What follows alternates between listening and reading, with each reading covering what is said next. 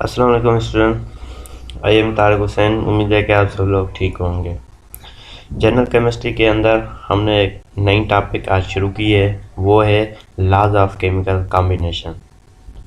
Laws of chemical combination का मकसद ये आपको समझ में आ रहा होगा, जब केमिकल दो या दो से ज़्यादा एलिमेंट जब कंबाइन होते हैं, कोई भी चीज़ बनाते हैं, कोई भी कंपाउंड बनाते हैं, तो उस पर कौन कौन से लॉ एप्लीकेबल होते हैं और कौन से लॉ वहाँ पे काम करते हैं, उसके बारे में इस टॉपिक के अंदर पढ़ेंगे।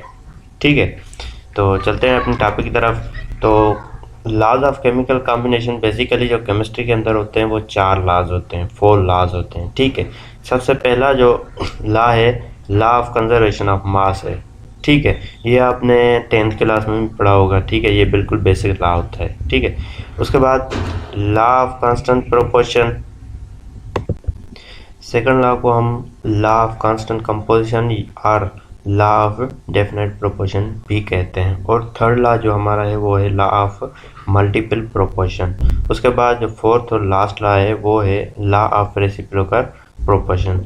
ये 4 लॉज होते हैं लॉज ऑफ केमिकल कॉम्बिनेशंस, मतलब जब केमिकल एलिमेंट आपस में कंबाइन होते हैं तो इन लॉ को मद्देनज़र रखते हुए हम उसकी कैलकुलेशन यहाँ पे करते हैं। ठीक है, यहाँ पे इस लेक्चर के अंदर हम सिर्फ लॉज को समझेंगे, लॉज पढ़ेंगे कि लॉज कह क्या रहे हैं। ठीक है, इसके हर एक लॉ के ऊपर एक प्रॉब्लम होते हैं। ठीक है, वो हम बाद में करेंगे। ठीक है, क्योंकि उसमें सबसे पहले उस प्रॉब्लम को सॉल्व करने के लिए हमें थोड़ा सा बेसिक पढ़ना पड़ेगा।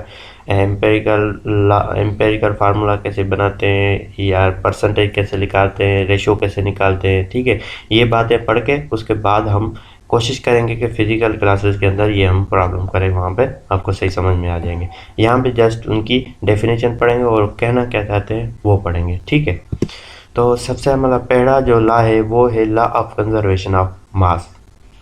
ये 1744 में एंटोनी ने ये ला दिया था। उसने ये कहा था कि मैटर, कोई भी एलिमेंट है, कोई भी मैटर है, ठीक है, उसको आप ना तो क्रिएट कर सकते हैं ना तो ख़त्म कर सकते हैं। इसका मतलब है जो आपके पास मास है कोई भी किसी भी चीज़ का, उसको ना आप बिल्कुल ज़ीरो कर सकते हैं, ख़त्म कर सकते हैं, ठीक है, ना उसको आप उससे बढ़ा सकते हैं। ठीक है, अगर आपके पास 1 किलो है, 1 किलो किसी भी मैटर का है, ठीक है, तो आप उसको 1 किलो को 0 किलो नहीं कर सकते या उसको 1 से 2 किलो नहीं कर सकते।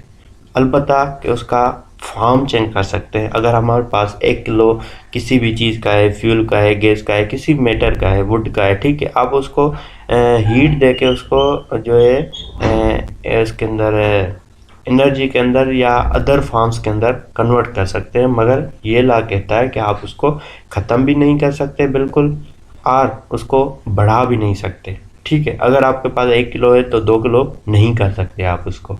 ठीक है, आइसोलेशन के अंदर। ठीक है, ऐसा नहीं कि बाहर से हम लेके आए दूसरा किलो उसका, उसमें ऐड कर दिया 2 किलो, नहीं नहीं, उसकी बात कर रहा है। 1 किलो ही आपके पास और कुछ भी नहीं है, आप उसको अब उस पर ये लॉ एप्लीकेबल है आइसोलेशन सिस्टम पे। आइसोलेशन सिस्टम का मतलब होता है जिसके अंदर ना कोई चीज़ ऐड हो सके ना ही उससे कोई चीज़ बाहर जा सके। ठीक है, उसको हम कहते हैं आइसोलेशन। ये लॉ वहाँ पे एप्लीकेबल होगा। उसके बाद ये कहता है कि the mass of reactant, mass of reactant, आप लोगों को पता है कि यहाँ पे एग्जांपल जहाँ पे दिया हुआ है कि मैग्नीशियम में उसका रिएक्शन ऑक्सीजन के साथ है तो मैग्नीशियम ऑक्साइड बन रहा है। ठीक है, तो यहाँ पे मैग्नीशियम प्लस ऑक्सीजन जिस साइड पे लिखा हुआ है, इस साइड को हम कहते हैं रिएक्टेंट कहते हैं। ठीक है, और यहाँ पे रिएक्शन कंप्लीट होके प्रोडक्ट मिली है मैग्नीशियम ऑक्साइड, उसको हम कहते हैं प्रोडक्ट साइड। ये हमारी जो लेफ्ट साइड होगी वो हमारी क्या होगी, रिएक्टेंट साइड होगी, और जो राइट साइड होगी मैग्नीशियम ऑक्साइड वो हमारी जो है प्रोडक्ट साइड होगी। तो इस स्टेटमेंट के अंदर ये कह रहा है कि the mass of the reactant, मतलब स्टार्टिंग मटेरियल, स्टार्टिंग मटेरियल हमारा कौन सा है, रिएक्टेंट है, ये मैग्नीशियम और ऑक्सीजन। ठीक है, ये इक्वल होंगे द मास ऑफ प्रोडक्ट, जो प्रोडक्ट का मास है उसके बराबर होंगे।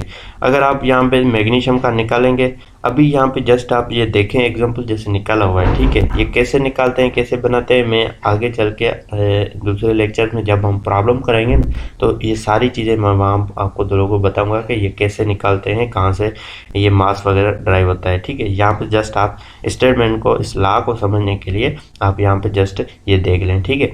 मैग्नीशियम हो गया, ऑक्सीजन हो गया और मैग्नीशियम ऑक्साइड, ठीक है। यहाँ पे इसका अगर मास निकालेंगे तो 48.6 ग्राम आ जाएगा और ऑक्सीजन का 32.60 ग्राम आ जाएगा और उसके बाद मैग्नीशियम ऑक्साइड जो प्रोडक्ट है उसका 80.6 ग्राम आ जाएगा। अब आप इन दोनों को ऐड करेंगे तो इसका जो सम होगा रिएक्टेंट का, मतलब मैग्नीशियम और ऑक्सीजन को ऐड करेंगे तो उनके रिएक्टेंट का जो सम होगा वो कितना होगा, 80.6 ग्राम होगा, ठीक है। ये कोई भी आप रिएक्शन दे दें, ठीक है। जैसे कि आप ए प्लस बी, कोई भी रिएक्शन है, ए एक एलिमेंट है और बी दूसरा एलिमेंट है, उन दोनों को आप ऐड करेंगे, जो प्रोडक्ट ए बी मिलेगी, जो ए बी का मास होगा, ठीक है, किसी भी यूनिट में लें, ए बी का जो मास होगा वो ए के और प्लस बी के जो मास के सम के बराबर होगा, ठीक है। तो आपको जस्ट ये लॉ यहाँ पे जस्ट याद रखना है कि law of conservation of mass, ठीक है।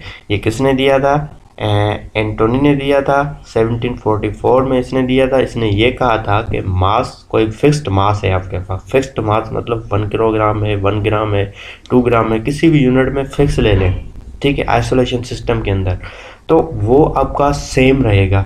ना उसको आप ख़त्म कर सकते हैं, ना उसको आप बढ़ा सकते हैं, मतलब 1 किलो से या 1 ग्राम से 2 ग्राम नहीं कर सकते, बल्कि उसको आप जो है फेस चेंज कर सकते हैं। जैसे कि आपके पास 1 किलोग्राम गैस का है, ठीक है, आपने उसको हीट किया तो वो क्या हो जाएगा, वो ख़त्म हो गया। तो यहाँ पे आप लोग कह सकते हैं कि ये ला तो ख़त्म है, यहाँ पे एप्लीकेबल नहीं है, डिस्ट्रॉय हो गया मास, हमने 1 किलोग्राम गैस को या ऑयल को हमने बर्न करा के ख़त्म कर लिया। यहाँ पे हमने क्या किया था, फेस चेंज किया, ठीक है। जब हमारे पास ऑयल होता है, ठीक है, 1 लीटर ऑयल हमने ले लिया, ठीक है, उसको हमने हीट किया, जैसे ही उसको बर्निंग कंबशन रिएक्शन हुआ तो वहाँ पे वो क्या हो गया, वो फॉर्म कन्वर्ट हो गया, किस में से, मैटर में से, मास में से, वो किस में चला गया, हीट में चला गया, एनर्जी में कन्वर्ट हो गया। यहाँ पे ये बात नहीं कर रहा, कन्वर्जन नहीं होनी चाहिए, ठीक है। कन्वर्जन भी होगी ना तो उसके अंदर आप ये देखेंगे जो एनर्जी और मास होगा वो सेम रहेगा, वो मतलब डिस्ट्रॉय नहीं होगा।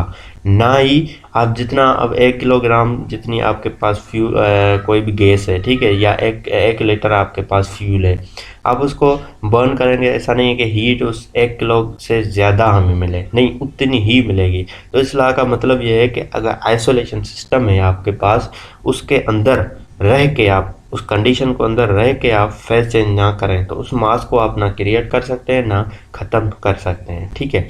तो उम्मीद है कि आप लोगों को ये समझ में आ गया होगा। अगर किसी को कोई चीज़ समझ में नहीं आ रही तो वो मुझसे व्हाट्सएप करके कोई भी मसला हो पूछ सकता है, ठीक है। थैंक यू, शुक्रिया।